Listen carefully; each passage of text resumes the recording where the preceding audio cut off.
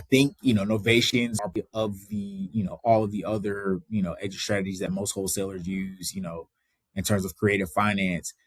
And the reason is because like the front end of the process is very similar, right? We don't change our sales process on the front end. It's the same. We're uncovering motivation. We're putting them through our discovery phase just to fact find and ultimately determine if this is a good opportunity for us to work. The only difference is the offer pitch is a little bit different. I wouldn't say it's a lot different, but I think what I like about Novations even more than the wholesale offer pitch is that it forces us to be transparent, right? We have to let the seller know everything that's going on up front in terms of, the fact that we're not going to be the end buyer. We're going to be marketing it to, other buyers, but, we're going to promise you the number that we agreed on.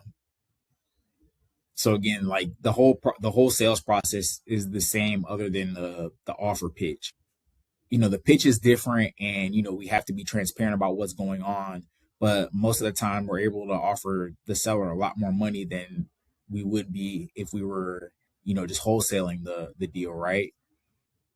And what I found, doing so many Novation deals is that a lot of these sellers really don't care, what you're doing with the property, right? Most of them just care about, getting true value, getting a true solution, finding a true solution, that allows them to get the money that they're looking for, or at least, ballpark range, and that they're getting the actual speed and convenience that, we're talking about, right? So as long as they get their end result, they don't really care what happens with the house. So, the idea that the transparency piece and telling the seller up front what we're going to be doing with the house may kill some deals.